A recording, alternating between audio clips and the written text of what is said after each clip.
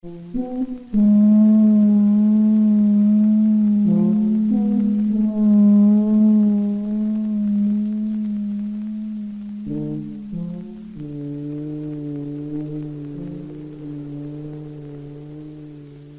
is the Mediterranean, Homer's wine-dark sea.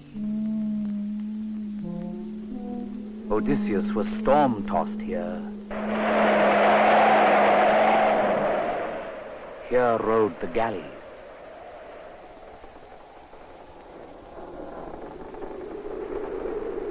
Above this inland sea loomed the promontories, the earth of Greece and Rome, their gods and laws. Go down into that water.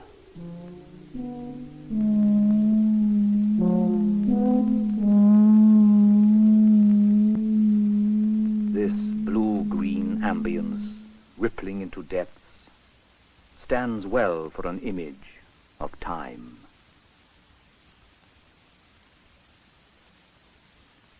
Here, in time's waters, recover the lost features,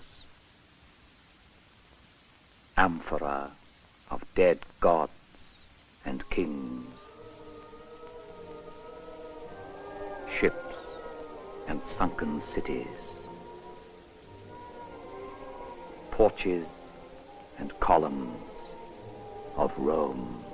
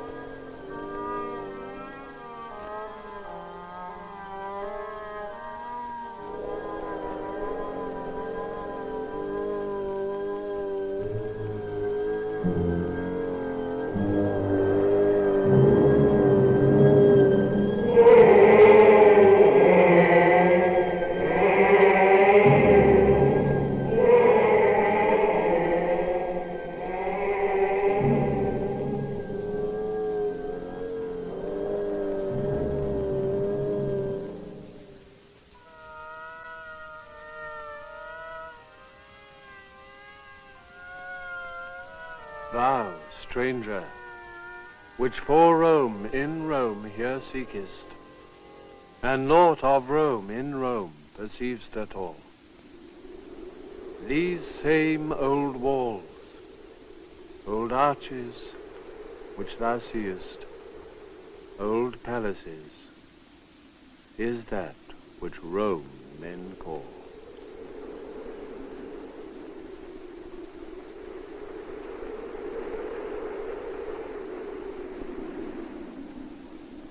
Rome fell. Rome has never fallen. It lives, as we have heard in the words of Edmund Spenser, poet of the English Renaissance. Rome lives, too, in a modern play by the Irishman Bernard Shaw, and in the powerful words of the German Romantic poet Goethe. Speak, you stones, and you high palaces, speak, eternal Rome. Cease a while. Hear me. Hear! Caesar! Hear the service, quality, rank, and name of the Roman governor. By service, Caesar's shield. By quality, Caesar's friend. By rank, a Roman soldier. Aye! By name, Rufio. I am Caesar's shield. But what use shall I be when I'm no longer on Caesar's arm? Well, no matter. Apollodorus, Caesar. I leave the art of Egypt in your charge. Remember, Rome loves art and will encourage it ungrudgingly. I understand, Caesar. Rome will produce no art itself, but will buy up and take away whatever the other nations produce. What? Rome produce no art? Is not peace an art? Is war not an art? Is government not an art?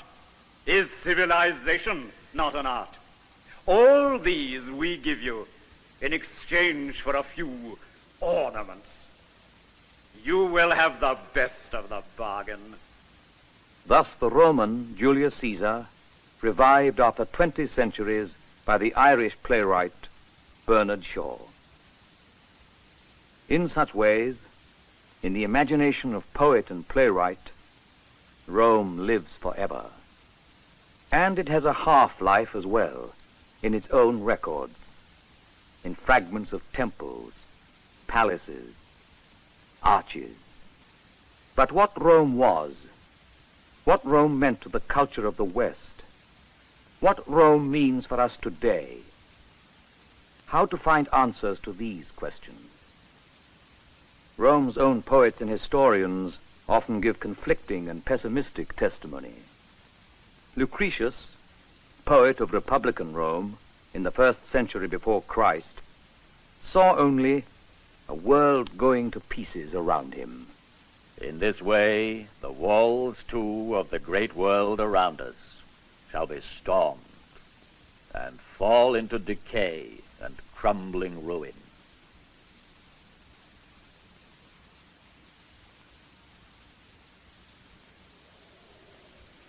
If it were the spirit of ancient Greece we were in search of, we might display it in architecture or in works of art which echo the boast of Pericles, leader of democratic Athens. We are the school of Hellas. The praise of the present and future is ours. We have forced sea and land to be the highway of our daring, and everywhere have left imperishable monuments behind us. In these perfect works of art and architecture, man is enshrined forever in the strength and pride of youth, the wonder of Hellenic life. But the same cannot be said for the art and architecture of Rome. I understand, Caesar. Rome will produce no art itself, but it will buy up and take away whatever the other nations produce. Or Rome would simply take away by right of conquest. Or it would copy what the other nations, particularly Greece, had produced. The German philosopher Hegel set Greece and Rome in this relationship. The joy of soul that existed in Athens, he wrote, gave way in Rome to harsh and rigorous toil. If we look on antiquity, on classical civilization as one, then Greece represents youth, perfection, joy, as in this birth of Venus from the 5th century before Christ. But from its earliest beginnings, in legends recorded by the Roman historians Tacitus and Livy, Roman strength was a somber strength.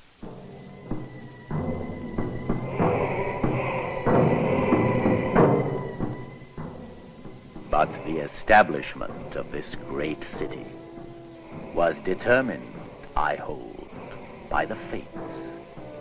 For when the brothers Romulus and Remus, who were destined to found the city, were abandoned as infants, a she-wolf was attracted by their wail, and very tenderly gave them suck.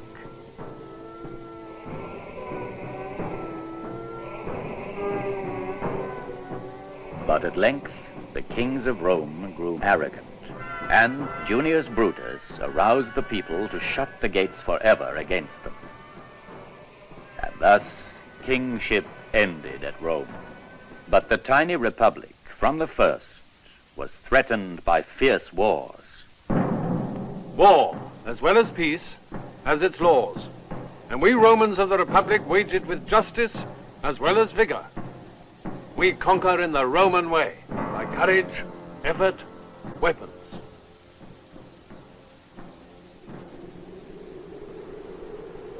Stranger, what I say is short. Stay and read. Here is the unbeautiful grave of a beautiful woman. She loved her husband. She bore 2 sons. Her speech was gay, but her bearing seemly. She kept the home. She made the wool. I have spoken. Go away. I never learned Greek. I never wanted to. I did learn things far more useful to the Republic. To strike the enemy, to be vigilant on guard, to sleep on the ground, to fear nothing except disgrace. Such are the images that early Republican Rome calls to mind. Discipline, courage, patriotism. But this early period of the Republic, from its inception 500 years before Christ, lasted for perhaps 3 centuries. Rome, as Rome, extended over 12 centuries. Conceive the time span. In the 5th century BC, with the Athenian Empire at its height, Rome was a backward city on the Tiber, a tribal kingdom endangered by its neighbors and the invading Gauls. 510 BC, the kings are expelled and Rome becomes a republic. 200 years later, and its legions were conquering most of Italy. 100 years more, and Rome's great rival, Carthage, was destroyed, and the Roman unification of the Mediterranean had begun. 100 more, and the political crisis of the Republic was thrusting ambitious men into conquest. Pompey in Africa and Asia, Julius Caesar in Gaul. 49 BC, Caesar crosses the Rubicon with his army, the Republic falls, Caesar is assassinated, and Augustus finally takes over as the first emperor, the supreme ruler of the Roman world. But the empire never falters, even later under tyrants, Tiberius, Caligula, Nero. Under the better emperors who follow, Trajan, Hadrian, Marcus Aurelius, it reaches its greatest extent, an astonishing structure of roads, commerce, administration, culture, law. All these, as sure as Julius Caesar said, in exchange for a few ornaments. But conceive the cost, the problems and the temptations of world rule. Focus on the first age of crisis, the corruption of the Republic. The houses of Pompeii help restore the background. Assume the year now to be 100 BC, the year of Julius Caesar's birth. The virtues of the early Republic, simplicity, frugality, are no longer in evidence. It is a time when the people are safe and at ease. Slaves perform the hard labor. Wealth pours into Rome from the conquered nations, and the signs and symbols of wealth, the few ornaments, are proudly displayed in the luxurious villas. Greek statues bought up or looted or copied. On the walls of the houses, delicate paintings by Greek artists or their imitators. In such an environment, the words of the earlier Republican, the consul Marius, have an odd ring. They say I'm vulgar because I cannot give a dainty dinner.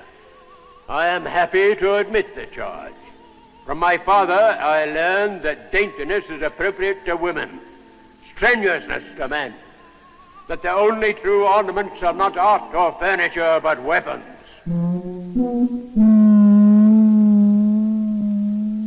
War and celebrations of war are still part of the Roman scene. But in the first half of the 1st century before Christ, in Caesar's time, Rome was no longer threatened by its neighbors. Rome threatened and conquered.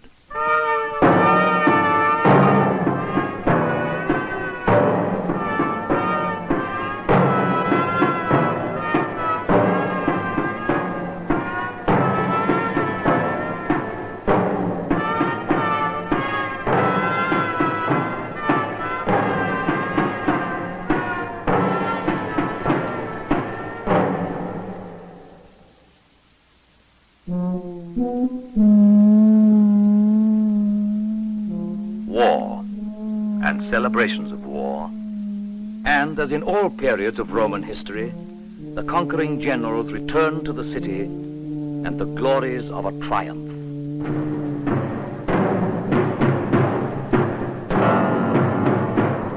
Trumpeters led the advance.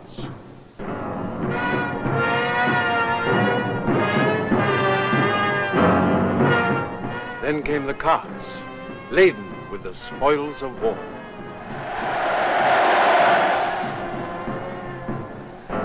The defeated kings and princes wearing golden chains. Then, robed in purple, the victorious general.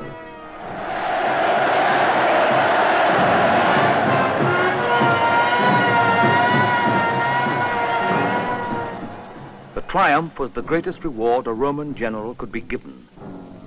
But triumphal arches symbolized more than a mere conquest of territories.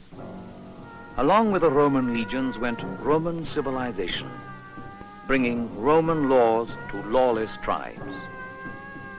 Roman military power for hundreds of years was invincible. But wherever it prevailed, an idea was planted. The idea of a world community uniting all men of all nationalities, all races. But what of Rome itself, center of the enormous empire? Some 60 years before the birth of Christ, in the words of the historian Sallust, Rome has become a sink into which there pours all who are in any way notorious for vice. Vice and corruption there was, undoubtedly. But what is most impressive, through all the corruption, was the force of the individual moral struggle. Intimate records of the late Republican age reveal it best. In art, the portrait busts, Rome's most original artistic contribution.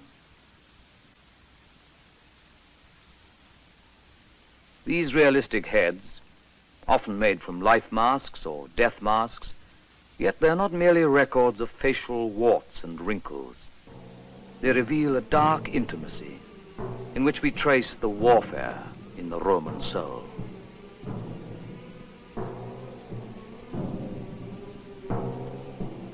Listen to the famous orator and statesman Cicero, whose pious maxims inspired generations of English schoolboys.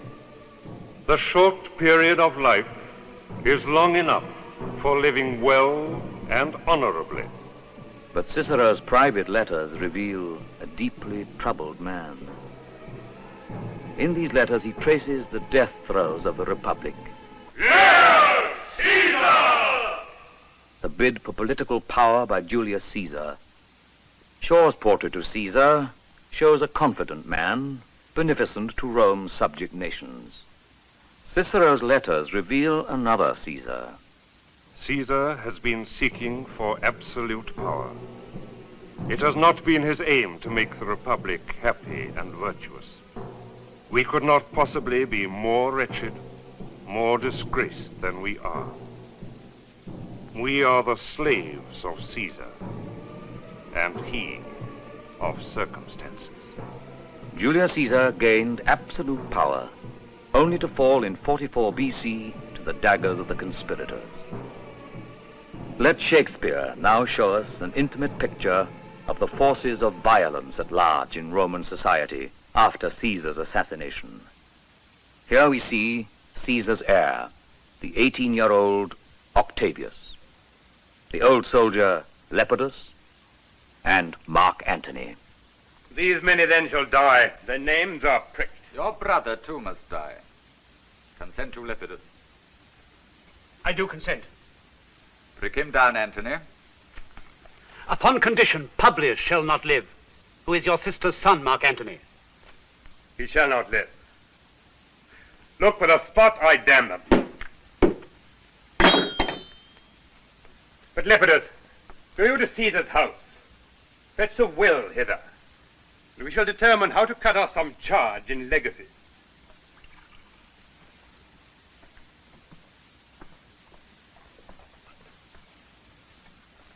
What, shall I find you here? Or here, or at the Capitol.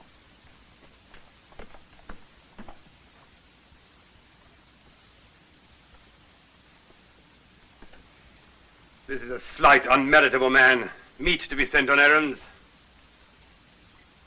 Is it fit, the threefold world divided, he should stand, one of the three, to share it? So you thought him, and took his voice, who should be pricked to die in our black sentence and prescription. Octavius, I've seen more days than you. Though we lay these honors on this man, to ease ourselves of divers slanderous loads, he shall but bear them as the ass bears gold, to groan and sweat under the business, either led or driven as we point the way. And having brought our treasure where we will, then take we down his load and turn him off, like to the empty ass, to shake his ears and graze in commons. You may do your will, but he's a tried and valiant soldier. So is my horse, Octavius, and for that I do appoint him store of provender. From this conference, Cicero too was to lose his life, for he had trusted Octavius.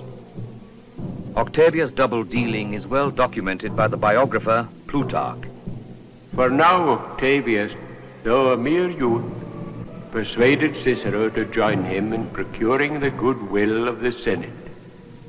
And thus Cicero ruined himself and betrayed the liberty of his country. For Octavius, once in power, bade Cicero farewell.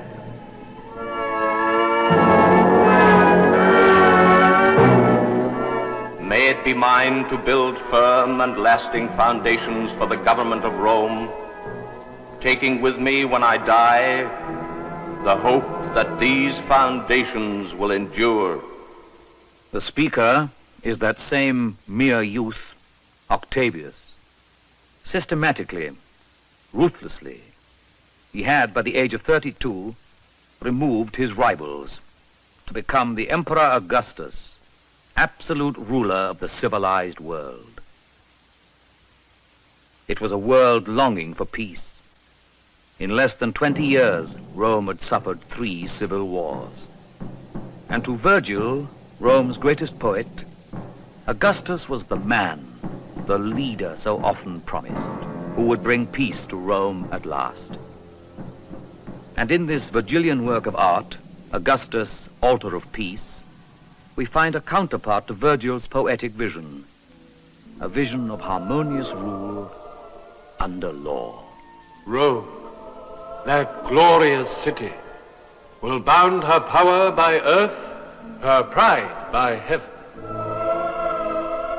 These are Julius' children, the son of a god, Augustus Caesar, founder of a new age of gold. Others, no doubt, will better mold the bronze to the semblance of soft breathing, draw from marble the living countenance, and others plead with greater eloquence, or learn to measure better than we the pathways of the heaven, the rising of the stars. Remember, Roman, to rule the people under law, to establish the way of peace, your fine arts these forever, to spare the humble and ward out the proud. Augustus' reign was to last 45 years, 31 years before the birth of Christ, 14 after, and has become known in history as Rome's Golden Age. When I was 19, I collected an army on my own account and at my own expense. by the help of which I restored the Republic to liberty. I constructed the Flaminian Road. I built the Temple of Apollo. I found Rome a city of brick and transformed it into a city of marble. I cleared the sea of pirates. I extended the frontiers of all the provinces of the Roman people, for which good services on my part I was, by decree of the Senate, called the name Augustus. Thus Augustus, the emperor, and the account of his reign. The historian Tacitus gives a slightly different version. With equality gone, all looked to the emperor's bidding. A few spoke of the blessings of freedom in vain. More feared war, and some desired it. But the fact is that Augustus brought peace, not war, to the Roman world. A peace that lasted for 200 years, the Pax Romana. His foundations for the government of Rome were to last even through a succession of ruthless, power-mad emperors. The historian Suetonius here documents a random selection of those emperors. So much for Caligula the emperor. The rest of this history must needs deal with Caligula the monster. I have separated this catalogue of Nero's less atrocious acts from the others, but I must begin now to list his crimes. Once, when Caracalla was visiting his mother, he stabbed his brother in his mother's arms. There were Caligula, Nero, Caracalla, but there were also the so-called good emperors, Trajan, Hadrian, whose country villa this was, and above all, there was Marcus Aurelius, emperor and philosopher. From his early youth, Marcus Aurelius had been schooled in the tenets of Stoic philosophy. Perform each task from hour to hour, as though it were to be the last. His equestrian statue still stands in Rome, returning the salute of legions which have been dust for 2,000 years. As emperor, he fought on the frontiers in a vain attempt to consolidate the threatened empire and pardoned conquered enemies. As a philosopher, after a day's march or a day's fighting, he wrote down in Greek his meditations, in which he expressed the ideal of Stoic philosophy, a vision of the unity of mankind. If there is a law common to all men, then we are all fellow citizens. If this is so, we are all members of some political community. And if this is so, then the world is, in a manner, a state.